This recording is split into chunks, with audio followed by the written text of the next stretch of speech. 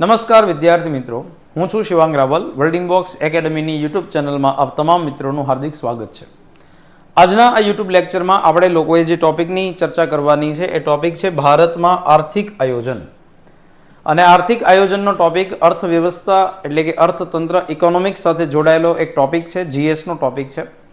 જે વિદ્યાર્થીઓ વર્ગ 3, સુપર ક્લાસ 3 અને ક્લાસ 1-2 પરીક્ષાઓની તૈયારી કરતા હશે, તમામ વિદ્યાર્થીઓ જે તે પરીક્ષા જે તે બોર્ડની આપતા હશે ત્યારે એના સિલેબસમાં અર્થવ્યવસ્થા નામનો એક ટોપિક છે હવે એડ કરવામાં આવે છે.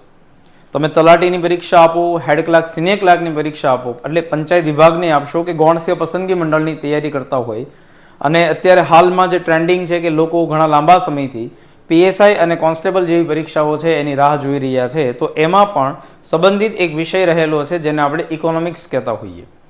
અને જ્યારે વિદ્યાર્થીઓ હોય એ પરીક્ષાની તૈયારીની શરૂઆત કરતા હોય ત્યારે એ લોકો બંધારણ, ઇતિહાસ, ભૂગોળ, વારસો આવા વિષય ઉપર વધારે ફોકસ કરતા હોય, તો આપણે લોકો એવું નક્કી કરેલું છે કે એવા આઈએમપી ટોપિક હોય કે જે ઇકોનોમિક્સના જોડાયેલા હોય અને વિદ્યાર્થીઓના લેક્ચર ભરવાથી એને પરીક્ષાની અંદર ખૂબ કામમાં આવી શકે, તો એવા ટોપિક હું તમને ભણાવું.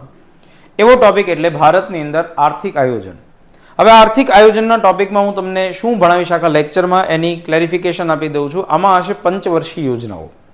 ભારતમાં અત્યાર સુધીમાં જેટલી પણ પંચવર્ષીય યોજનાઓ છે એ કાર્યરત કરવામાં આવી, અને એ પંચવર્ષીય યોજનામાંથી તમારી પરીક્ષાની અંદર શું પૂછાઈ શકે, પીએસઆઈ લેવલની પરીક્ષા સુધી કયા ક્વેશ્ચન નીકળી શકે, અથવા જીપીએસસી જે બોર્ડની પરીક્ષાઓ છે એમાંથી શું શું પૂછાઈ શકે અથવા શું પૂછાયેલું છે, આ બધા ટોપિકની ચર્ચા આપણે આખા લેક્ચરની અંદર કરશું. તો જે વિદ્યાર્થીઓ અત્યારે આ લેક્ચરને જોતા હોય એવા તમામ લોકો છે એ પોતે જે ટોપિક આઈએમપી આવતા જાય એને પોતાની એક લેક્ચર નોટ હોય અથવા જે બુકમાં તમે આઈએમપી ડેટા લખતા હોય એની અંદર નોંધતા જશો તો તમને વધારે ફાયદો થશે. હવે આપણે આ ટોપિકને સમજવાની શરૂઆત કરીને પહેલા જોઈએ કે આર્થિક આયોજનનો મતલબ શું થાય. કોઈ પણ દેશ હોય એની અંદર મોટા ભાગે બે કેટેગરી પડી શકતી હોય. એમાંનો એક પોઈન્ટ છે જેને આપણે વિકસિત કહેતા હોઈએ, અને એક દેશ એવા હોય કે જેને આપણે વિકાસશીલ કહેતા હોઈએ. એવું પણ બની શકે કે ઘણા દેશ એવા હોય કે જેને આપણે અલ્પ વિકસિત દેશની કેટેગરીમાં પણ મૂકી દેતા હોઈએ. વિશ્વની અંદર અંદાજિત 200 જેટલા દેશ આવેલા છે. તો શું લાગે છે તમને કે આ 200 દેશ છે એની જે ઇકોનોમી છે, એની અર્થવ્યવસ્થા છે એ બધી એક સરખી હશે? તો આપણને જેવો જવાબ મળે કે નહીં સાહેબ, એવું નહીં હોય. બધા દેશની અર્થવ્યવસ્થા કેવી હશે? અલગ અલગ હશે. બધાનું ચલણી નાણું અલગ છે. એકબીજા દેશ કરતાં એકબીજાનું ચલણ છે એનું જે મૂલ્ય છે એ પણ અલગ અલગ હોય છે. તો કોઈ પણ દેશ વિકસિત હોય એવું ક્યારે સાબિત થાય કે જ્યારે એ દેશની અંદર રહેલા સંસાધનો છે એનો યોગ્ય ઉપયોગ થાય. અને વિકસિત દેશોનું એક મુખ્ય લક્ષણ એ હોય છે કે આ દેશોની અંદર જે ગરીબી હોય એ ગરીબીનું પ્રમાણ છે એ ખૂબ કેવું હોય? ઓછું હોય. અને બેરોજગારી છે એ પણ નહિવત હોય, અથવા બેરોજગારી છે એનું પ્રમાણ પણ કેવું હોય? ખૂબ ઓછું હોય. હવે જ્યારે વિકાસશીલ દેશો હોય એની અંદર આ બંને પાયાની જે સમસ્યાઓ છે, જો કે આપણા ભારત દેશની પણ એક સમસ્યા રહેલી છે. ભારત દેશ અત્યારે વિશ્વની અંદર ખૂબ સારી પ્રગતિ કરી રહ્યો છે, પણ હજી અમુક અંશે અમુક જગ્યા એવી તમને જોવા મળે કે જે તમને સ્લમ એરિયા અથવા ગરીબી સાથે જોડાયેલા હોય એવો ભાગ જોવા મળે. હવે આ ગરીબીનું પ્રમાણ છે એ કેમ દૂર થાય એના માટે સરકાર છે એ ચિંતિત હોય. સરકાર કંઈક ને કંઈક સ્ટેપ લેતી હોય, કંઈક એવા પગલાં લેતી હોય કે જેથી ગરીબી છે એ દૂર થાય. ગરીબી ત્યારે જ દૂર થાય જ્યારે આપણા દેશની અંદર છે એ બેરોજગારી દૂર થાય.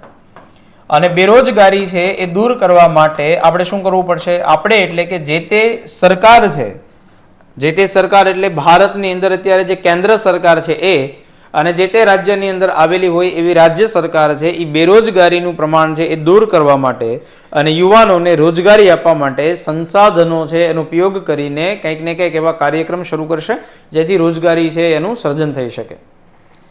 હવે એક સામાન્ય ઉદાહરણ હું તમને આપું તો એ ખ્યાલ આવશે કે કોઈ પણ વ્યક્તિ છે એક પોતે પોતાનું ઘર ચલાવે છે. કુટુંબની અંદર અથવા આપણું જે પરિવાર છે એની અંદર 4-5 સભ્યો હોય. હવે આ 5 સભ્ય છે એને એન્યુઅલ ઇન્કમ તમે ભેગી કરો આ 5 સભ્યની અંદર, તો પહેલા તો એવું હોય કે આ 5 સભ્ય બધા રળતા ના હોય, બધા કમાતા ના હોય. કોઈ એક અથવા બે વ્યક્તિ છે જે ઇન્કમનો સોર્સ લઈને આવતા હોય. હવે આ ઇન્કમનો સોર્સ લઈને આવે છે અને માનો કે 25 થી 50,000 રૂપિયા જેટલી સેલરી હોય, એટલે એક વર્ષની અંદર 6 લાખ રૂપિયા છે એ એની પાસે આવકના આવે છે. હવે આ 6 લાખ રૂપિયા છે એ એની પાસે એક સાથે નથી આવતા, કટકા કટકામાં આવે છે, એટલે 50-50 હજારના લેખે આવે છે. પણ આ 50 હજારની સામે એને શું કરવાનો છે? ખર્ચ પણ કરવાનો છે. હવે આ ખર્ચ માટે જો એની પાસે આયોજન ન હોય, એની પાસે પ્લાનિંગ ન હોય, તો બની શકે કે વ્યક્તિ છે એને આર્થિક મૂંઝવણ થઈ શકે. તો સેમ એ જ વસ્તુ દેશ ઉપર છે કે દેશ પાસે જે આવકના સોર્સ છે એનો ઉપયોગ કરીને વધારે રોજગારીનું સર્જન થાય, ગરીબીમાંથી આપણે દૂર થઈ શકીએ અને લોકોની સુખાકારીમાં વધારો થાય અને આપણો દેશ વિકસિત થઈ શકે.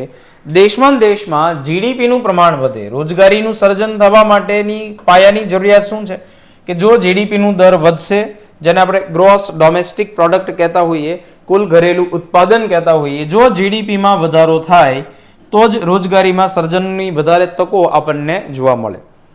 એટલે કે આપણે લોકો છે એ આત્મનિર્ભર થઈએ. આપણો દેશ છે એ બીજા કોઈ દેશ છે એની પર આધારિત ન હોઈ શકે, એની પર કોઈ પણ રીતે સ્વાવલંબી આપણે બની શકીએ, આત્મનિર્ભર બની શકીએ. એટલા માટે સરકાર પ્રયત્ન કરશે, જેને આપણે આર્થિક આયોજન કહેતા હોઈએ. હવે આ આર્થિક આયોજન આપણા દેશની અંદર ક્યારથી લાગુ થાય? જ્યારથી આપણા દેશની અંદર સરકાર છે એ બને ત્યારથી જ આર્થિક આયોજન થાય. કારણ કે સરકારનું પહેલું કામ શું છે કે લોકો છે એની માટે કામ કરવાનું છે. લોકો માટે તો સરકાર છે. હવે જો લોકોને જ કંઈક ને કંઈક આર્થિક સમસ્યા હોય તો સરકાર લાંબા સમય સુધી કામ ન કરી શકે.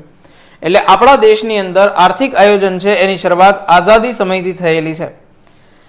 પણ આઝાદી તો આપણને 1947માં મળી. 1947 પહેલા જ્યારે ભારતની આઝાદીની ચળવળમાં જોડાયેલા હોય એવા લોકો કે જે પોતે વિચારશીલ હતા, સરદાર વલ્લભભાઈ પટેલ જેવા વ્યક્તિ કે જેને આપણે સ્વપ્નદ્રષ્ટા કહેતા હોઈએ છીએ, અખંડ ભારતના શિલ્પી તરીકે આપણે ઓળખતા હોઈએ, જે દૂરગામી સોચ ધરાવતા હતા, વિચાર ધરાવતા હતા, તો એની જેવા વ્યક્તિત્વ ધરાવતા તમામ લોકો છે કે જે ભારત માટે આયોજન બનાવતા કે કયા ક્ષેત્રમાં રોજગારીનું સર્જન કરી શકાય, સરકાર છે એની પાસે આવેલી જે ઇન્કમ છે, જે સરકારની તિજોરીમાં રહેલા પૈસા છે એને કયા ક્ષેત્રમાં વધારે આપશે, રોકાણ કરશે, સહાય આપશે, જેથી સ્થાનિક લોકોનો અને સરકાર, જો કે ગાંધીજી છે એને પોતે એવું કહેલું છે કે ગામડાઓનો વિકાસ થાય તો આપોઆપ દેશનો વિકાસ થાય. તો એવા કયા કાર્યક્રમ કરવામાં આવે, જેથી એવા આયોજન બનાવવામાં આવે જેથી બધી જ બાબતો વ્યવસ્થિત રીતે ગોઠવાઈ જાય, એને આપણે આર્થિક આયોજન કહેતા હોઈએ. તો આઝાદી પહેલા ના અમુક એવા તથ્ય, ઘટનાઓ જે પરીક્ષામાં તમને પૂછાઈ શકે. સૌથી પહેલી બાબત એ છે કે સર એમ વિશ્વેશ્વરૈયા નામના જે વ્યક્તિ છે 1934ની અંદર એક પુસ્તક તૈયાર કરે છે અને પુસ્તકનું નામ હોય છે plan economy for India. Plan economy એટલે કે આર્થિક આયોજન, જેને આપણે કહેતા હોઈએ. પરીક્ષામાં આ લાઈનમાંથી 2-3 પ્રશ્ન નીકળી શકે છે કે દેશમાં આયોજનની શરૂઆત થઈ એટલે કે આવા કયા ક્ષેત્રમાં કેટલા મૂડીનું રોકાણ કરવાનું છે અને કયા ક્ષેત્રમાં વધારે ધ્યાન દેવાનું છે સરકારે અને કયા ક્ષેત્રને વિકસિત કરવાનું છે. આ બધી બાબત છે અને આર્થિક આયોજન કહેતા હોઈએ. તો એવું જ એક પુસ્તક છે જેને પ્લાન ઇકોનોમી ફોર ઇન્ડિયા તરીકે ઓળખવામાં આવે છે, જે બુક 1934માં કોના દ્વારા? સર એમ વિશ્વેશ્વરૈયા દ્વારા લખવામાં આવેલું હતું અને પ્રકાશિત થયેલું હતું. એટલે પરીક્ષામાં તમને પૂછાય છે આ પુસ્તકના લેખકનું નામ કોણ છે. એટલે આ વાક્ય છે એ તમારી માટે ખૂબ કામનું છે. હવે બીજો મુદ્દો છે કે ભારતની આઝાદીની જે લડત છે એમાં ઇન્ડિયન નેશનલ કોંગ્રેસ છે એનું ખૂબ યોગદાન રહેલું છે. આઈએનસી છે એને 1938માં જવાહરલાલ નહેરુ છે એની અધ્યક્ષતા હેઠળ એક સમિતિ બનાવી, જે સમિતિનું નામ શું હતું? રાષ્ટ્રીય આયોજન સમિતિ. હવે આ જે નેશનલ પ્લાનિંગ કમિટી છે એના અધ્યક્ષ તરીકે જવાહરલાલ નહેરુ હતા. તો જો આ જ લાઈન છે એ તમને પૂછવામાં આવે, એમાંથી 2-3 ક્વેશ્ચન કયા બની શકે? વર્ષ પૂછાય 1938, કમિટીનું નામ પૂછાય રાષ્ટ્રીય આયોજન સમિતિ અને એના અધ્યક્ષ પૂછાય તો જવાહરલાલ નહેરુ. કે જ્યારે ભારતને આઝાદી નહોતી મળી એની પહેલા પણ ભારતમાં આઝાદી બાદ અથવા અત્યારે હાલમાં કયા સેક્ટરમાં કામ કરી શકાય, સરકાર કઈ જગ્યાએ ફોકસ કરી શકે, એની માટે એનું ગઠન કરવામાં આવેલું હતું, સમિતિનું ગઠન કરવામાં આવેલું હતું. એની સિવાય સરકાર અથવા જે આજે આંદોલનકારીઓ છે, ક્રાંતિકારીઓ છે, એ તો સાથે સાથે વિચારતા જ હતા, પણ સાથે સાથે જે તે સમયે આપણા દેશના જે ઉદ્યોગપતિઓ હોય એવા 8 જેટલા ઉદ્યોગપતિઓ પણ ભેગા થયા અને એક પ્લાનિંગ બનાવ્યું, જેને આપણે મુંબઈ પ્લાન યોજના તરીકે ઓળખતા હોઈએ. આ પણ લાઈનમાંથી તમને સૌથી પહેલો ક્વેશ્ચન પૂછે કે મુંબઈ પ્લાન છે એ કોના દ્વારા? 8 જેટલા ઉદ્યોગપતિઓ હતા. કયા વર્ષે? તો 1944નું વર્ષ હતું. હવે જો કે આ પ્લાન છે એમાંથી એવો પણ ક્વેશ્ચન બની શકે કે આ પ્લાનને ટાટા બિરલા પ્લાન તરીકે પણ ઓળખવામાં આવે છે.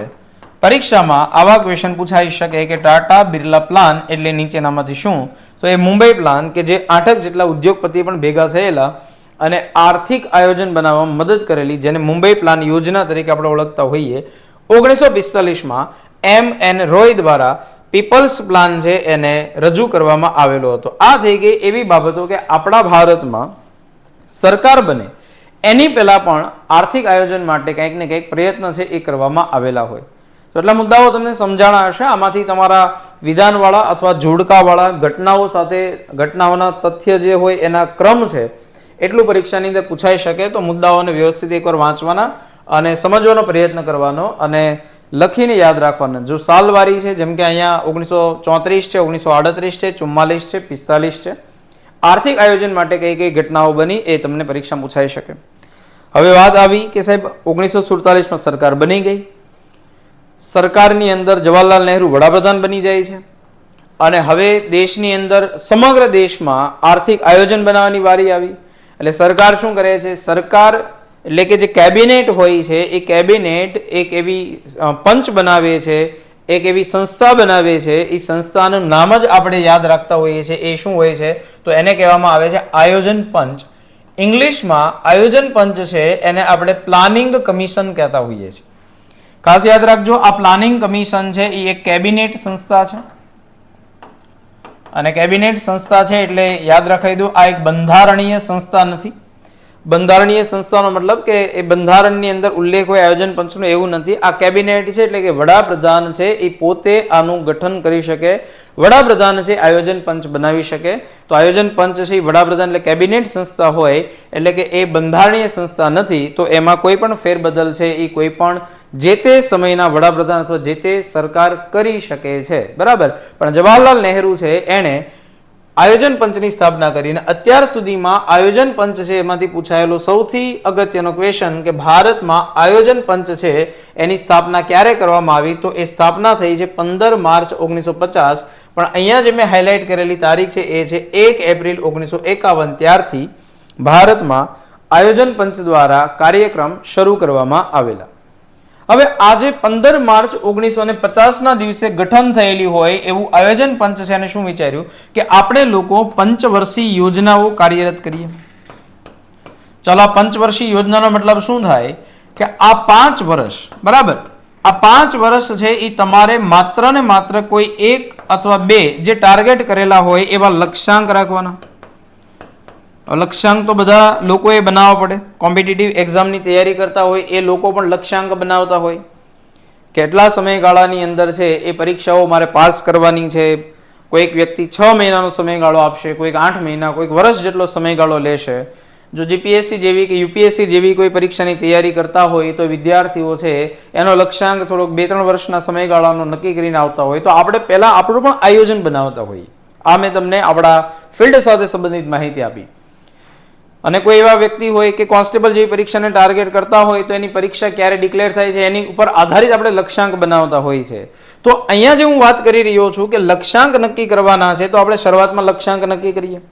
હવે લક્ષ્યાંક આપણે કેટલા વર્ષ માટેના બનાવવાના છે? 5 વર્ષ માટેના બનાવવાના છે કે આ 5 વર્ષમાં એટલું કામ તો થઈ જવું જોઈએ જ. પણ દોસ્તો, તમને ખબર છે કે લક્ષ્યાંકો બનાવીએ ત્યારે પરિસ્થિતિ કંઈક અલગ હોય અને 5 વર્ષ પછી પણ કંઈક બની શકે કે પરિસ્થિતિ કેવી હોય? અલગ હોય.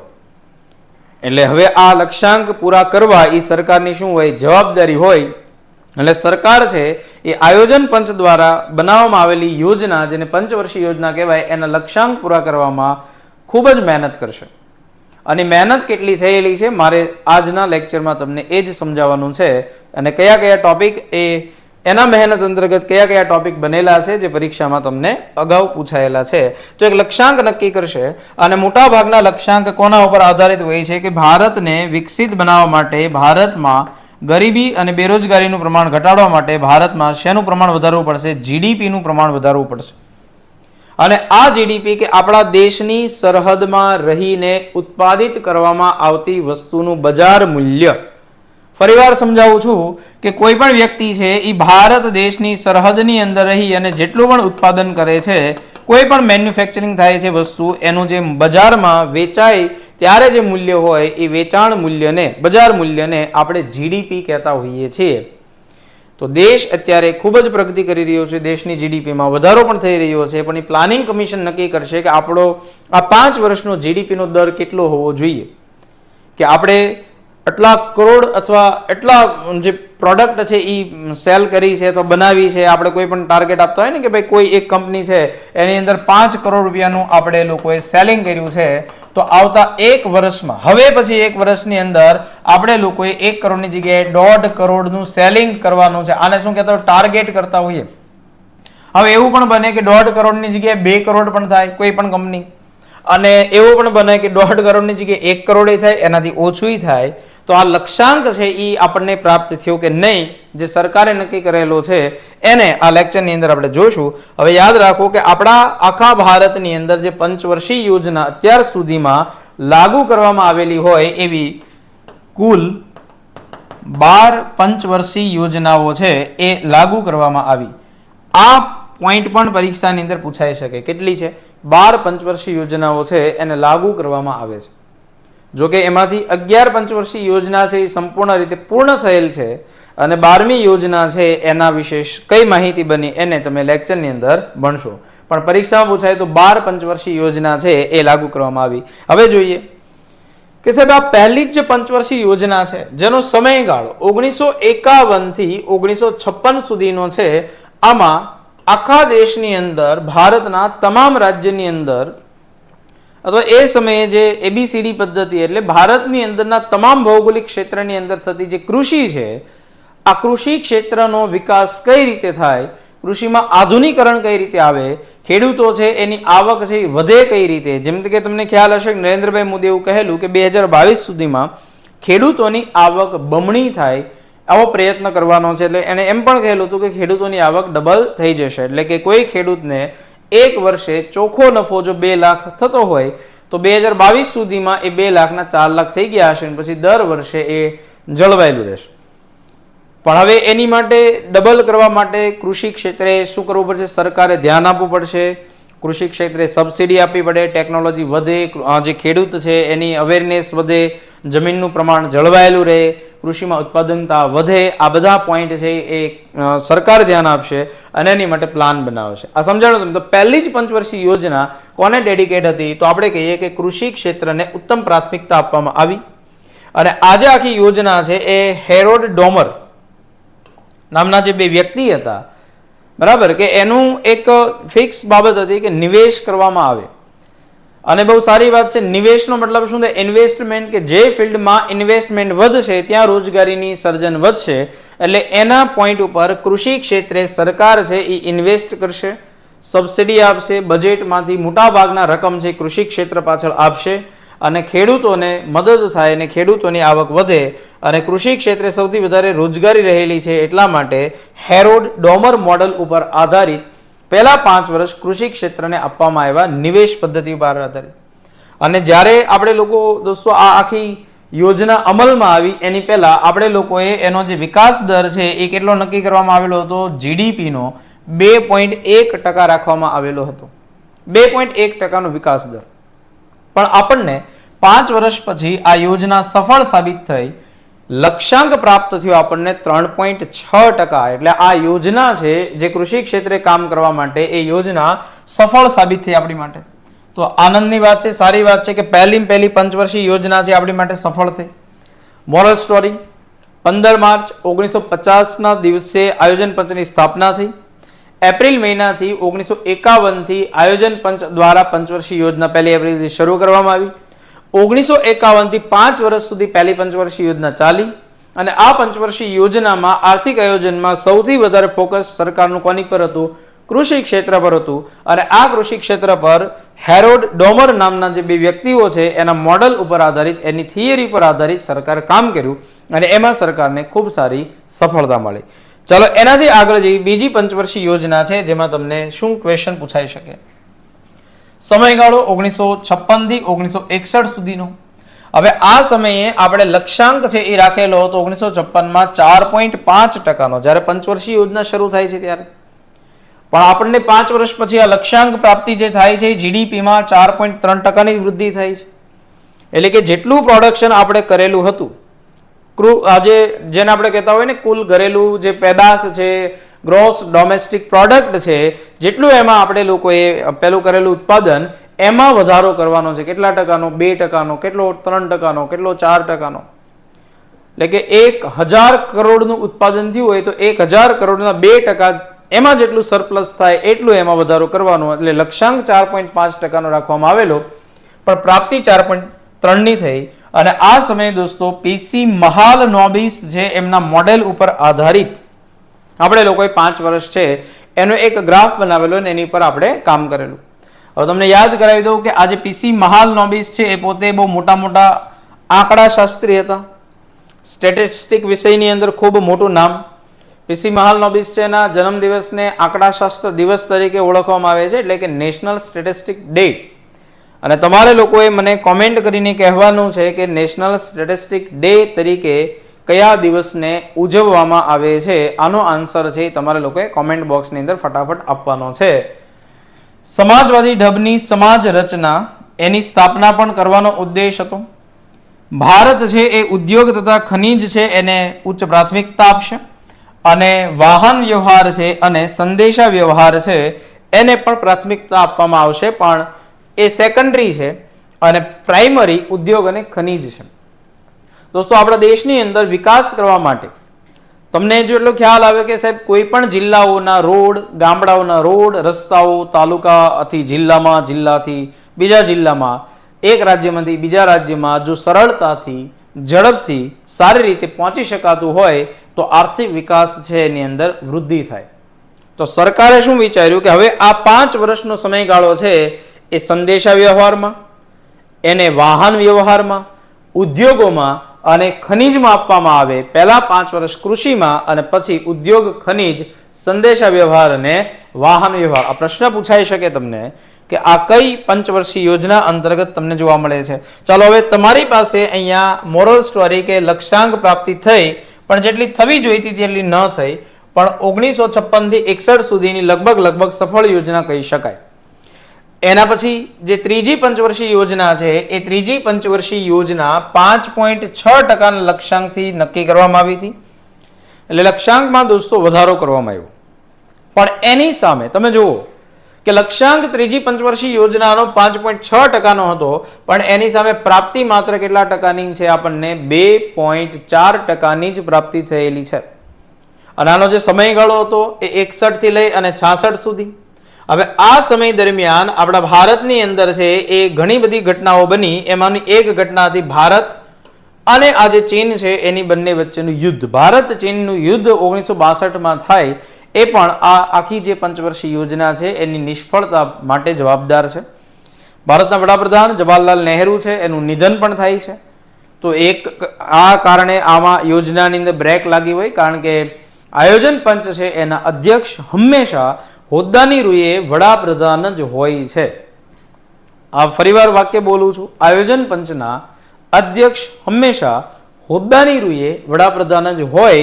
જો કે અત્યારે હાલ ફિલહાલ આપણા દેશમાં આયોજન પંચ કામ કરતું નથી, પણ જે તે સમયે હતું ત્યાં સુધી હોદ્દાની રૂએ વડાપ્રધાન જ આયોજન પંચ છે એના અધ્યક્ષ બની શકતા. તો આપણી પાસે અહીંયા પોઈન્ટ એવો આવેલો છે કે ભારત ચીનનું યુદ્ધ, નંબર 2 જવાહરલાલ નહેરુનું નિધન થાય છે. પણ આ યોજના છે એમાં કૃષિ અને ઉદ્યોગ આ બંનેને પ્રાથમિકતા આપવામાં આવી હતી. ચલો, પહેલી યોજનામાં માત્ર કૃષિ, બીજામાં ઉદ્યોગ ખનિજ અને ત્રીજામાં કૃષિ અને ઉદ્યોગ આ બંનેને પ્રાથમિકતા આપવામાં આવી. પણ આ યોજના નિષ્ફળ જાય છે. પણ છતાં આ યોજના અંતર્ગત ફૂડ કોર્પોરેશન ઓફ ઇન્ડિયા 1965માં સ્થાપના થઈ અને હરિયાળી ક્રાંતિની શરૂઆત થઈ. આપણા દેશની અંદર જેને ગ્રીન રેવોલ્યુશન આપણે કહેતા હોઈએ છીએ, હરિયાળી ક્રાંતિ કહેતા હોઈએ છીએ, આ હરિયાળી ક્રાંતિનો ઉદ્દેશ એ હતો કે ખેતી ક્ષેત્રમાં, કૃષિ ક્ષેત્રમાં સૌથી વધારે ફાયદો થાય. ખાદ્યાન્ય જેટલા પણ એવા પાક છે જેમાં ઘઉં, ડાંગર જેનો સમાવેશ થાય, એના ઉત્પાદનની અંદર વધારો થાય અને ખેડૂતોની આવકમાં વધારો થાય. એટલે હરિયાળી ક્રાંતિ, જેને આપણે ગ્રીન રેવોલ્યુશન કહેતા હોઈએ, એ ત્રીજી યોજના અંતર્ગત થાય છે. હવે ઘણા વિદ્યાર્થી એવા હોય કે સાહેબ અમે એવું વાંચેલું છે કે કોઈ પણ જગ્યાએ હરિયાળી ક્રાંતિ છે 1966-67 ની અંદર થઈ અને આનો સમયગાળો 66 નો હતો, તો ત્યારથી હરિયાળી ક્રાંતિની શરૂઆત થઈ. ત્રીજી પંચવર્ષીય યોજનાના એન્ડિંગમાં હરિયાળી ક્રાંતિની શરૂઆત થઈ. હવે જો બનવું એવું જોઈતું હતું કે ત્રીજી પંચવર્ષીય યોજના એટલે કે આ 5 વર્ષ સુધી જે લક્ષ્યાંક છે તો સરકાર એની પર જ કામ કરે. હવે દોસ્તો એક તમને નાનીમથી વાત કહું કે જ્યારે કોઈ વ્યક્તિ ટાર્ગેટ બનાવે છે અને એ ટાર્ગેટ પ્રમાણે એ વ્યક્તિ કામ કરવાની શરૂઆત કરે છે અને કામ અત્યારે બનાવે છે વર્તમાન સમયમાં, પણ કામ ક્યારે કરવાના છે? ભવિષ્યમાં. હવે એવું જરૂરી નથી કે ભવિષ્યમાં એ વ્યક્તિ કામ કરી શકે. કેમ? કારણ કે એ વ્યક્તિ છે એની આરોગ્યની કોઈ બાબત આવી અથવા કોઈ બીજા મહત્વના કામ આવી ગયા. હવે કોઈ વ્યક્તિ છે એ જ્યારે વાંચવા માટે બેઠે અને વાંચવા બેઠતો હોય ત્યારે એ પોતે એક વર્ષનું ટાઈમ ટેબલ બનાવી નાખે તો એ વ્યક્તિને હંમેશા મુશ્કેલી થવાની છે કે એક વર્ષની અંદર એ વ્યક્તિ વાંચી શકે, ન વાંચી શકે, બરાબર, એ જ રીતે વાંચી શકે, આવું જરૂરી નથી. એટલે ટાઈમ ટેબલ બનાવતો હોય તો વિદ્યાર્થી કેટલાનું બનાવતો હોય? 15 દિવસ, મહિનાનું, અથવા એટલીસ્ટ 2-2.5 મહિના સુધી આ પ્રમાણે વાંચવાનું છે, પછી આ બુક લેવાની છે. હવે તમે એમ ટાર્ગેટ રાખ્યું હોય કે મારે જનરલ નોલેજની જે બુક છે આપણી વર્લ્ડ ઇનબોક્સની એને 1 મહિનામાં વાંચવાની છે. હવે એવું બની શકે કે આ તમે પ્લાન બનાવ્યો, તમારો લક્ષ્યાંક છે 1 મહિનાની જગ્યાએ 2 મહિનાનો સમયગાળો પણ થાય. અને ઘણા સારા વિદ્યાર્થી હોય વાંચવામાં જેની કેપેસિટી સારી હોય તો એ 25 દિવસમાં પૂરો કરી નાખે. આ સમજાણું તમને? એટલે લક્ષ્યાંકો તમે ભવિષ્યના નક્કી કરો છો અને ભવિષ્યમાં શું થવાનું છે કૃષિ ક્ષેત્રે નક્કી કરવામાં આવ્યું. હવે હરિયાળી ક્રાંતિ થઈ, રાસાયણિક ખાતર આવ્યા, ટેકનોલોજી આવ્યા, દુષ્કાળ પડી ગયો તો શું કરવાનું? આ સમજાય છે તમને? એટલે લક્ષ્યાંક પ્રાપ્ત થાય એવી બાબત જરૂરી નથી હોતી, પણ સરકાર લક્ષ્યાંકને પૂરો કરવાનો સતત પ્રયત્ન કરતી. પણ હવે આ 1966 પછી નવી પંચવર્ષીય યોજના શરૂ થવાની જગ્યાએ પ્લાન હોલિડે આવી ગયો કે ભાઈ હવે આ યોજના છે અત્યારે રાજકીય ઉથલ પાથલ, સમજાણું તમને? એની અંદર નવ આયોજન પંચ દ્વારા નવી કોઈ પંચવર્ષીય યોજના છે એ રજૂ કરવામાં ન આવી, પણ આજે પ્લાન હોલિડે જેને આપણે યોજના અવકાશ કહેતા હોય ક્યારથી શરૂ થયો? 1966 થી 1969. અને આ દરમિયાન સરકારે જુઓ, સરકારે કામ તો કરવાનું છે જ, સરકારે આપણી માટે આપણા આયોજનો બનાવવાના જ છે. જેમ ઘરનો મુખિયા એક વ્યક્તિ છે એ આપણા ઘર માટે કામ કરતો જ હોય, આગળના પ્લાનિંગ કરતો જ હોય, સરકારે કરવાનું છે. પણ સરકારે શું શરૂ કરી દીધું? વાર્ષિક યોજના શરૂ કરી દીધી. 1966-67 1, 67-68 2 અને 68-69 આ અમલમાં મૂકવામાં આવી. એટલે કે તત્કાલીન પ્રતિકૂળતાઓ જેવી કે ભારત પાકિસ્તાન સંઘર્ષ, રૂપિયાનું અવમૂલ્યાંકન, દુષ્કાળને લીધે સંસાધનનો અભાવ, આવા કારણે આ યોજના છે એની અંદર અવકાશ આવ્યો અને ગવર્મેન્ટ છે એને આવી રીતે 3 અલગ અલગ વાર્ષિક યોજનાઓ છે એને લોન્ચ કરી દીધી. હવે પછી ચોથી પંચવર્ષીય યોજના આવશે. ચોથી પંચવર્ષીય યોજના છે એનો સમયગાળો પહેલા તો જુઓ અહીંયા કયો છે? 1969 1974. અને આ સમયે આપણા દેશની અંદર જે વડાપ્રધાન તરીકે આવે છે એ આપણા દેશના પ્રથમ અને એકમાત્ર મહિલા વડાપ્રધાન જેને આપણે ઇન્દિરા ગાંધી તરીકે ઓળખતા હોઈએ છીએ. હવે આ 5 વર્ષ દરમિયાન લક્ષ્યાંક નક્કી કરવામાં આવેલો કે જે જીડીપી આપણે 5 વર્ષમાં ઉત્પન્ન કરી હતી એ જીડીપીની અંદર હજી આપણે વધારો કરવો છે, સરપ્લસ 5.6%, પણ સાથે સાથે લક્ષ્યાંક પ્રાપ્ત થાય છે આપણને માત્ર 3.3%. એટલે આ યોજના પણ નિષ્ફળ જાય છે. કારણ હશે જ, તમામ યોજના જ્યારે નિષ્ફળ જાય ત્યારે એના કારણો હોય કે કેમ આપણે જીડીપીમાં આટલું લક્ષ્યાંક, કારણ કે સરકારનું ફોકસ ન હોય એની પર, અને સરકારનું ફોકસ કેમ યોજના પર ન હોય? કારણ કે એણે બીજી ઘટનાઓની અંદર એની પોતાની શક્તિઓ છે એ યુઝ કરી હોય. જેમ કે આ સમયે આબોહવા છે એની અંદર પ્રતિકૂળતા, જેમ કે દુષ્કાળ પડવો જેવી ઘટના થઈ હોય, એ સમયે બાંગ્લાદેશ છે એમાંથી શરણાર્થીઓ છે એનું ભારતની અંદર છે એ આવવાનું સતત વધતું હતું. 1971માં ભારત દેશ છે એ પાકિસ્તાન સાથે યુદ્ધ કરે છે, આ પણ કારણ એમાં જવાબદાર હતું. પણ છતાં આજે આપણી ચોથી પંચવર્ષીય યોજના છે ને 69 થી 74, એ પરીક્ષામાં ઇકોનોમિક્સની તૈયારી જ્યારે વિદ્યાર્થી કરી હશે ને અગાઉ કંઈક પેપરમાં કે કોઈ જગ્યાએ પ્રશ્ન જોયો હશે કે આપણા દેશની અંદર બેંકો છે એને નેશનલાઇઝડ કરવામાં આવી છે, જેને આપણે કહેતા હોય રાષ્ટ્રીયકરણ. તો આ યોજના અંતર્ગત 14 જેટલી બેંકો એવી છે કે જેનું રાષ્ટ્રીયકરણ કરવામાં આવ્યું, જેને નેશનલાઇઝ કરવામાં આવ્યું. ક્યારે કરવામાં આવી દોસ્તો? તો આ ઘટના બની હતી 19 જુલાઈ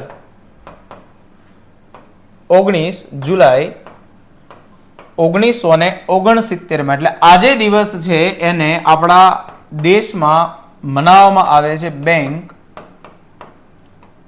રાષ્ટ્રીયકરણ દિવસ. રાષ્ટ્રીયકરણ જેને ઇંગ્લિશમાં આપણે નેશનલાઇઝ કહેતા હોઈએ. એટલે સરકાર હસ્તગત લેવામાં આવી 14 બેંકો, સરકાર જો કે ઘણી બધી બેંકોને નેશનલાઇઝ કરી અલગ અલગ સમયે, પણ સૌથી પહેલા 14 બેંકોનું એક સાથે રાષ્ટ્રીયકરણ કરવામાં આવ્યું. કઈ યોજનામાં?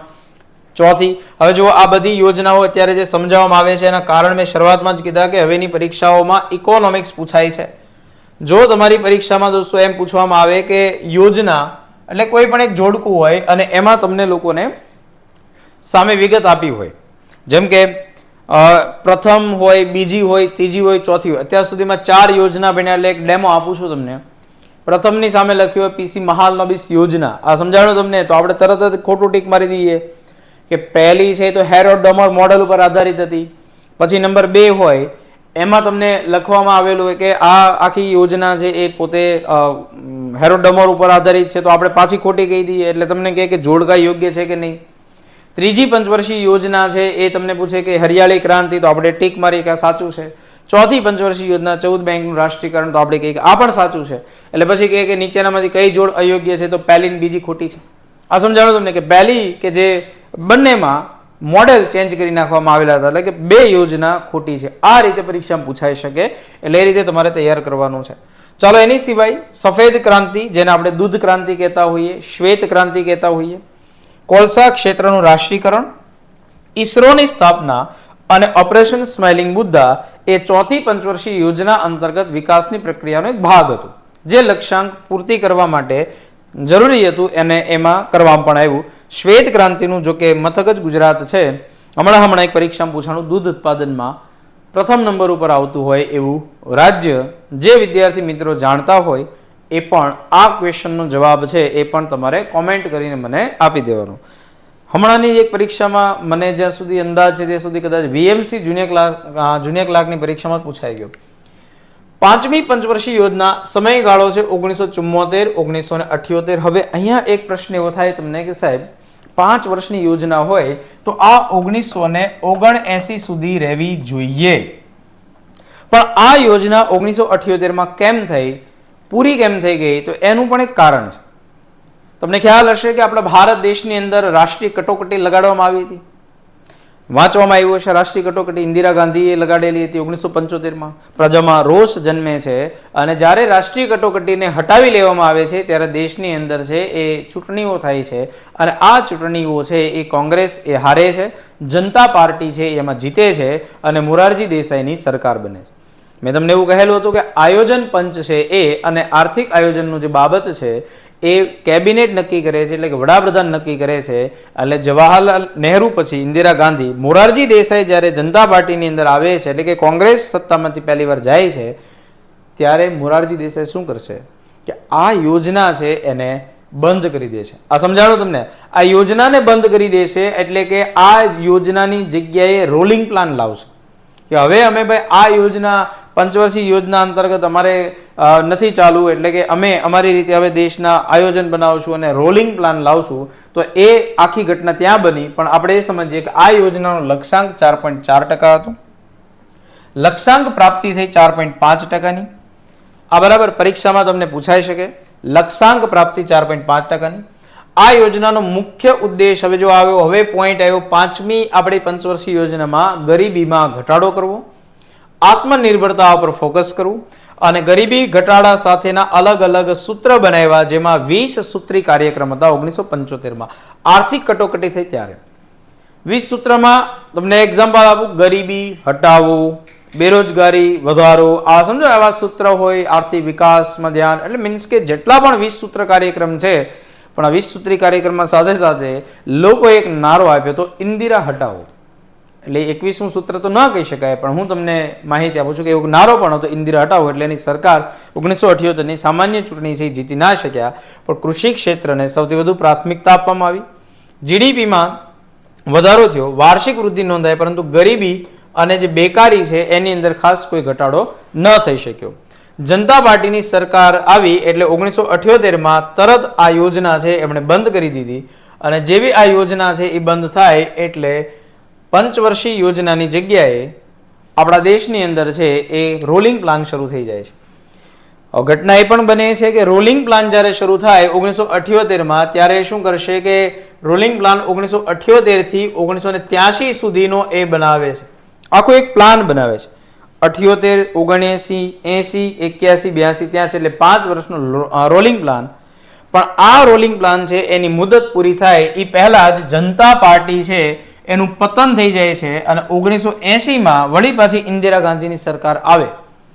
એટલે એણે શું કર્યું, આ મોરારજી દેસાઈની રોલિંગ પ્લાન છે એને બંધ કરી દીધી અને રેગ્યુલર જે પંચવર્ષીય યોજનાઓ છે એને શરૂ કરી. અને એ પંચવર્ષીય યોજનાનો જે સમયગાળો છે પાછો 80 થી શરૂ થયો. એટલે યાદ રાખજો કે મોરારજી દેસાઈ છે એની સરકાર છે એ માત્ર ને માત્ર 2 વર્ષ માટે કામ કરી શકે. એટલે કે 80માં એની સરકાર છે એ પડી ભાંગી અને નવી સરકાર બની ઇન્દિરા ગાંધીની અને છઠ્ઠી યોજના શરૂ થઈ. અને છઠ્ઠી યોજના 80 થી 85 સુધી હતું.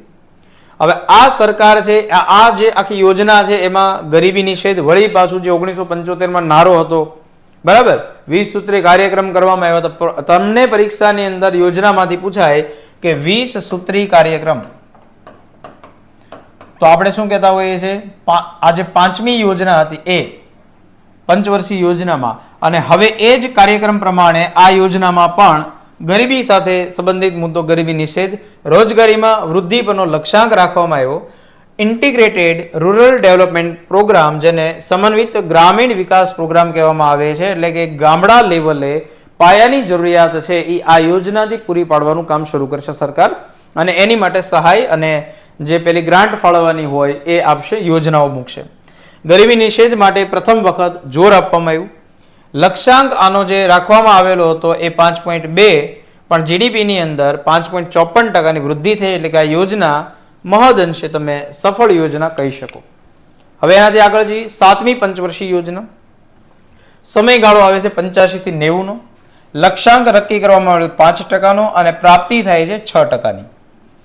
ઘટના એવી બનશે કે સાહેબ હવે આ યોજનાથી ઇન્દિરા ગાંધી, જો કે એમને હત્યા થઈ ગઈ 30 ઓક્ટોબરના દિવસે, એના જે સુરક્ષાકર્મી છે એના દ્વારા જ એની પર ગોળી મારીને હત્યા કરી નાખવામાં આવેલી. એટલે ઇન્દિરા ગાંધી છે એની સરકાર હવે, એટલે કોંગ્રેસની સરકાર પણ ઇન્દિરા ગાંધી નહીં હોય, એ પણ એક રાજકીય છે એ ઉથલ પાથલ અહીંયા થયેલી. અને એમના દીકરા છે એ પોતે વડાપ્રધાન તરીકે આવે છે. પણ આ યોજના અંતર્ગત દોસ્તો જવાહર રોજગાર યોજના અને અન્ય રોજગાર માટેના જે કાર્યક્રમ છે એ ચાલુ કરવામાં આવ્યા. એટલે કે પહેલા ગરીબી અને હવે રોજગાર.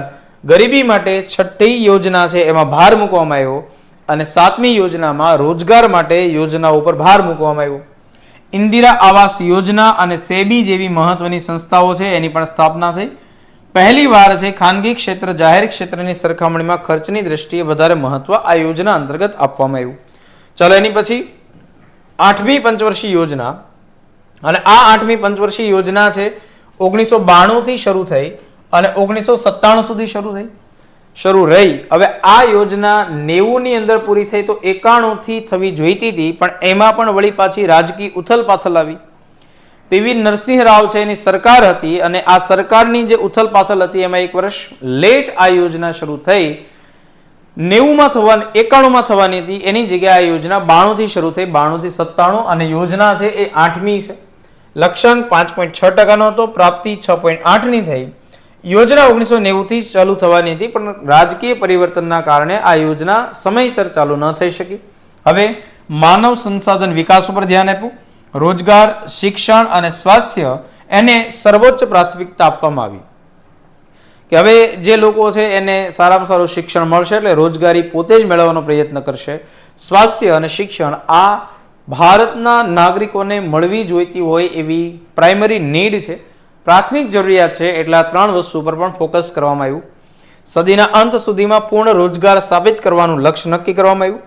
પ્રધાનમંત્રી રોજગાર યોજના છે એને 1993 થી શરૂઆત થઈ. એટલે કે 8મી પંચવર્ષીય યોજનામાં પ્રધાનમંત્રી રોજગાર યોજના છે એ કાર્યરત કરવામાં આવી. ભારત દેશ છે એ WTO એટલે કે વર્લ્ડ ટ્રેડ ઓર્ગેનાઇઝેશન છે એનું સભ્યપદ એને પ્રાપ્ત થયું અને ભારત દેશ છે એને આર્થિક સુધારાઓ છે એ લાગુ કર્યા. જો કે આર્થિક સુધારા લાગુ કર્યાનું વર્ષ તમને પૂછાય તો આપણે 1991 કહેતા હોઈએ, જે LPG સુધારા છે. એટલે જેને આપણે LPG ને ઉદારીકરણ, ખાનગીકરણ અને વૈશ્વિકીકરણ કહેતા હોઈએ છીએ. લિબરલાઇઝેશન, પ્રાઇવેટાઇઝેશન અને ગ્લોબલાઇઝેશન. તો ભારત દેશ છે એ પણ હવે વિશ્વની સાથે કદમ તાલ મિલાવી શકે અને આગળ વધી શકે એની માટે આ નીતિ છે એ આપણા દેશની અંદર આવી. પીવી નરસિંહ રાવ છે એનો સમયગાળો હતો અને ત્યારે આ દેશની અંદર એલપીજી સુધારાઓ થાય છે. તો હવે ઉદ્યોગમાં પણ હવે ધીમે ધીમે દેશ છે રોજગારી માટે ત્રણ ક્ષેત્રને વિકસાવી રહ્યો છે. કોઈ વ્યક્તિને રોજગાર પ્રાપ્ત કરવો હોય તો આપણે એટલું જાણતા હોઈએ કે રોજગાર માટે એક ક્ષેત્ર છે જે કૃષિ સાથે સંબંધિત એટલે કૃષિ ક્ષેત્ર છે, એક સેવા ક્ષેત્ર છે અને એક ઉદ્યોગ ક્ષેત્ર છે. બરાબર. સૌથી વધારે રોજગારી કઈ જગ્યાએ મળે છે? કૃષિ ક્ષેત્રમાં રોજગારી સૌથી વધારે માણસો મેળવે છે. અને આ કૃષિ ક્ષેત્રની જીડીપી ઓછી છે. જીડીપી સૌથી વધારે કઈ જગ્યાએથી મળે છે? આપણને સેવા ક્ષેત્રથી મળે છે, જેને સર્વિસ સેક્ટર કહેવામાં આવે. એટલે સરકાર શું કરશે તો ત્રણ ક્ષેત્રને ફાયદો થાય, ત્રણ ક્ષેત્રમાં એક ક્ષેત્ર પર કોઈ ઝુકાવ ન વધે લોકોનો એવા યોજનાઓ કરશે, માનવ સંસાધનનો ઉપયોગ કરશે. અને આ હવે ધીમે ધીમે સેવા અને ઉદ્યોગ ક્ષેત્ર છે એની પર પણ ફોકસ સરકારનું વધે છે. એની પછીની યોજના જેને આપણે 9મી પંચવર્ષીય યોજના કહેતા હોઈએ છીએ. આ યોજનાનો જે મુખ્ય લક્ષ્ય છે એ છે ન્યાયપૂર્ણ વિકાસ અને સમાનતાની સાથે વિકાસ. લક્ષ્યની પ્રાપ્તિ માટે જીવનની ગુણવત્તા, રોજગાર અને ક્ષેત્રીય સમાનતા, આત્મનિર્ભરતા પર ભાર દેવામાં આવ્યો. અને સૌથી પહેલી વાર આપણે જીડીપીમાં 7% જેટલો દર નક્કી કરવામાં આવ્યો. અત્યાર સુધી તમે જેટલી યોજનાઓ જોશો એની અંદર મેં પહેલા શરૂઆતમાં લખી દીધું હશે લક્ષ્યાંક અને પ્રાપ્તિ. તો ત્યાર સુધી બધી જે યોજનાઓ તમે ભણ્યા છો એમાં લક્ષ્યાંક છે એ આપણે 7%થી નીચો રાખ્યો છે. 5.6%, 5.5%, 6%, 5%, 4.6, 4.3 આવા કોઈના કોઈ ટકા તમે જોયા હશે. પણ પહેલી વાર 7%નો જે વિકાસ દર છે આપણે નક્કી કરેલો જીડીપીમાં. યાદ રાખજો, આ પ્રશ્ન અહીંયાથી આઈએમપી બની શકે કે પહેલી વાર ભારતમાં કઈ પંચવર્ષીય યોજના અંતર્ગત 7% જેટલો જીડીપીનો વિકાસ દર નક્કી કરવામાં આવેલો અને એની સામે આપણને પ્રાપ્તિ કેટલી થાય છે? 6.8%ની. અંત્યોદય અન્ન યોજના 2000માં, પ્રધાનમંત્રી ગ્રામ સડક યોજના 2000, સર્વ શિક્ષા અભિયાન, પ્રધાનમંત્રી ગ્રામ ઉદ્યોગ યોજના અને પરમાણુ પરીક્ષણ પોખરણ ધડાકા 1998. અને આ યોજના અંતર્ગત જ્યારે સમયગાળો શરૂ હતો ત્યારે ભારત કારગિલ યુદ્ધ કરે છે અને આપણે જીતીએ છીએ 1999. તો આ યોજનાની એટલી વિશેષતાઓ. 10મી પંચવર્ષીય યોજના. અને દોસ્તો યાદ રાખજો કે આ જે યોજના છે એ પોતે અત્યાર સુધીની સૌથી સફળ યોજના છે. શું કામ? કારણ કે યોજનાનો દર નક્કી કરવામાં આવ્યો હતો 7%. જો કે શરૂઆતમાં 8% રાખવામાં આવેલો હતો, પછી નક્કી કર્યું કે 8% રહેવા દો, 7% એટલે સુધારીને 7% કરેલો. પણ આપણને જે જીડીપીમાં વૃદ્ધિ મળી 7.7%ની, એટલે કે અત્યાર સુધીની સૌથી સફળ યોજના છે એ કઈ બની? તો 10મી પંચવર્ષીય યોજના સૌથી સફળ યોજના છે. આ વાક્ય વિધાનમાં હોઈ શકે. જે લોકો પીએસઆઈ લેવલની તૈયારી કરતા હોય એને પણ ખાસ યાદ રાખવાનું. આવા ક્વેશ્ચન વિધાનવાળા હવે જે બને છે એમાં સૌથી સફળ પંચવર્ષીય યોજના કઈ? તો તમારો જવાબ હશે 10મી પંચવર્ષીય યોજના, જે 2002 થી 2007 સુધી કાર્યરત થઈ. અને આ જ યોજનામાં મનરેગાને પણ કાર્યરત કરવામાં આવેલું. આજે મનરેગા, જેનું પૂરું નામ અહીંયા લખવામાં આવેલું છે મહાત્મા ગાંધી, જો કે મહાત્મા ગાંધીનું નામ આગળ જતા એડ કરે છે. નરેગા આ યોજનાનું નામ હતું. નરેગાનો મતલબ થતો આ નરેગા એટલે કે national rural employment guarantee act. અને એ અંતર્ગત આનું આગળ જતા નામ મહાત્મા ગાંધી કરવામાં આવ્યું એટલે આનું નામ થઈ ગયું મનરેગા. અને આ મનરેગા યોજના 10મી પંચવર્ષીય યોજના અંતર્ગત આપણા દેશમાં લાગુ કરવામાં આવી. 11મી પંચવર્ષીય યોજના 2007 થી 2012 સુધી લક્ષ્યાંક 9%નો, જો કે પ્રાપ્તિ આપણને 8% થઈ. આ યોજનાનો મુખ્ય જે લક્ષ્ય હતો એ તીવ્ર ઝડપી સમાવેશી વિકાસ. તમામ ક્ષેત્રની અંદર છે એ ઝડપથી વિકાસ થાય એ જીડીપીમાં 7.9 વૃદ્ધિ અનુમાન લગાવવામાં આવ્યું હતું. રાષ્ટ્રીય કૃષિ વિકાસ યોજના શરૂ કરવામાં આવી. 2010 થી 2020નો જે દાયકો છે એને ઇનોવેટિવ દાયકો તરીકે ઘોષિત કરવામાં આવેલો હતો. આ યાદ રાખજો. આ યોજના અંતર્ગત એટલે કે 2007 થી 2012 દરમિયાન નક્કી કરવામાં આવ્યું હતું ઇનોવેટિવ, કંઈક નવી બાબત છે એ, અને એનાથી દેશનો વિકાસ થાય એટલા માટે ઇનોવેટિવ 2010 થી 2020 સુધીનો જે દાયકો છે એને ઇનોવેટિવ દાયકો એટલે કે 10 વર્ષનો સમયગાળો છે એ નક્કી કરવામાં આવ્યો હતો 11મી પંચવર્ષીય યોજનામાં. હવે વાત એ છે કે સાહેબ 2012 થી 2017 સુધી શરૂ થયેલી હોય એવી પંચવર્ષીય યોજના 12મી જે 2014માં જ બંધ કરી દેવામાં આવી. શું કામ બંધ કરી દેવામાં આવી? મુદ્દો તમે જાણતા હશો. નરેન્દ્રભાઈ મોદી ભારતીય જનતા પાર્ટીની સરકાર બને છે, કોંગ્રેસની સરકાર હટે છે ત્યાં સુધી પંચવર્ષીય યોજના કાર્યરત રહી. નરેન્દ્રભાઈ મોદી આવતા કેબિનેટની અંદર છે, એટલે કેબિનેટ દ્વારા આ જે નિર્ણય લઈ શકાતો એમાં સુધારા આવે છે અને આયોજન પંચ જે અત્યાર સુધી હતું, જે દેશમાં તમામ આર્થિક આયોજન કરતું પ્લાનિંગ કમિશન, એની જગ્યાએ નીતિ આયોગ છે એને ઇન્ટ્રોડ્યુસ કરવામાં આવે છે. એટલે કે હવે પંચવર્ષીય યોજનાની જગ્યાએ તમામ નિર્ણયો તમામ ક્ષેત્ર માટે એ નિયમ, નિર્ણય અને એને ઇમ્પ્લિમેન્ટ કોણ કરશે? તો એ નીતિ આયોગ કરશે. અને નીતિ આયોગમાં પણ હોદ્દાની રૂએ વડાપ્રધાન છે એ જ અધ્યક્ષ હોય છે, જે આખા દેશ માટેની થિંક ટેન્ક કહેવાય છે. એટલે કે હવે આપણા દેશ માટે નિર્ણયોથી જ વિચારશે કે મારે કયા ક્ષેત્રમાં, અથવા એને એવા સજેશન મળશે કે આ ક્ષેત્રમાં પ્લાનિંગ કરો, બરાબર, આ ટેકનોલોજીમાં સુધારો કરવાનો છે, પછી આર્થિક આયોજનની અંદર કૃષિમાં ભારણ દેવાનું છે, સેવા ક્ષેત્રમાં ભારણ દેવાનું છે, સર્વિસ સેક્ટર વધારવાનું છે, બેન્કિંગ સેક્ટર છે, વીમો છે, એ સેક્ટર છે, પછી કોઈ પણ એવા કોઈ પણ ક્ષેત્ર છે એની અંદર છે એ થિંક ટેન્ક તરીકે ઓળખાતું નીતિ આયોગ છે એ પોતે ફોકસ કરશે. અને આયોજન પંચ છે એ ત્યાં પૂરું થાય એટલે આ યોજના પૂરી થાય એની પહેલા જ આ યોજના પૂરી થઈ ગઈ. એટલે 12મી યોજના પૂરી થઈ શકી નથી, જેનો સમયગાળો તમે જાણો છો 2012 થી 2017. પણ નજર ફેરવી નાખીએ. 8% વાર્ષિક વૃદ્ધિ દર, બિન કૃષિ ક્ષેત્રમાં 5 કરોડ રોજગારીની તકો ઊભી કરવી, ગરીબીના હાલના પ્રમાણમાં 10% ઘટાડો કરવો, યોજનાના અંત સુધીમાં શિક્ષણમાં જાતીય અને સામાજિક ભેદભાવ દૂર કરવો, શિક્ષણ પ્રાપ્તિ કરવાની મધ્ય આયુ છે ઘટાડીને 7 વર્ષ કરવી, બાળ મૃત્યુ દર ઘટાડીને 20 અને માતા મૃત્યુ દર ઘટાડીને 1 કરવો. એટલે કે 1000 જીવતા જન્મતા બાળકો દીઠ છે જે 20 છે એ ઘટાડીને 20 કરવાનો છે. 0 થી 6 વયના વર્ગના જાતિ પ્રમાણમાં વધારો કરી 950 કરવું, કુલ પ્રજનન દર 2.1 કરવો. રાષ્ટ્રીય પરિવાર સ્વાસ્થ્ય સર્વેક્ષણ 3 મુજબ 0 થી 3 વર્ગના જે ઉંમરના જે બાળકો છે એમાં કુપોષણનું સ્તર છે એને અડધું કરવું. બધા ગામડાઓમાં વીજળી પહોંચાડવી તથા 12માસી સડક બનાવવા માટે એને સડક બનાવીને જોડવા. રાષ્ટ્રીય ધોરીમાર્ગ તથા રાજમાર્ગો છે એને ઓછામાં ઓછા 2 લેન અનુરૂપ બનાવવા. પૂર્વી અને પશ્ચિમ જે કોરિડોર છે એનું નિર્માણ કરવું. વૃક્ષ આચ્છાદિત વિસ્તારમાં 2 મિલિયન હેક્ટરની વૃદ્ધિ કરવી. બિન પરંપરાગત ઉર્જાની 30,000 મેગાવોટ ક્ષમતાનું સર્જન કરવું, એટલે પ્રદૂષણમાં ઘટાડો થાય. 90% પરિવાર સુધી બેન્કિંગ સેવા ઉપલબ્ધ કરવી.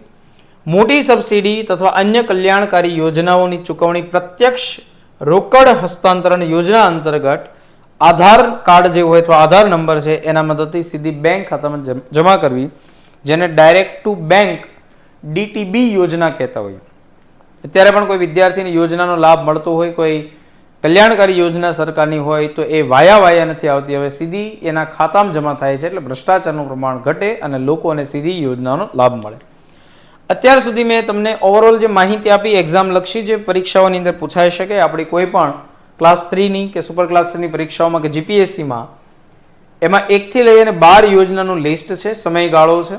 બધામાં કંઈક ને કંઈક વિશેષ બાબતો આપણે જોઈ છે. તમામમાં કોઈક સૌથી વધારે સફળ હોય, કોઈકમાં મનરેગા શરૂ થઈ હોય, કોઈકમાં ફૂડ કોર્પોરેશનની સ્થાપના થઈ હોય, કોઈકમાં સેબીની સ્થાપના થઈ હોય, કોઈક યોજના હેરોડોમર મોડેલ ઉપર આધારિત હોય, કોઈકમાં 7% દરે વિકાસ કરવાની યોજના બનાવવામાં આવી હોય, કોઈ નિષ્ફળ યોજના રહી હોય, કોઈક જગ્યાએ રોલિંગ પ્લાન આવેલા હોય, એ રોલિંગ પ્લાન પછી નવી પંચવર્ષીય યોજના શરૂ થઈ હોય, કોઈ જગ્યાએ વાર્ષિક પ્લાન અમલમાં મૂકવામાં આવેલા હોય, કોઈ જગ્યાએ રાજકીય ઉથલ પાથલથી પંચવર્ષીય યોજના પાછી ઠેલાણી હોય.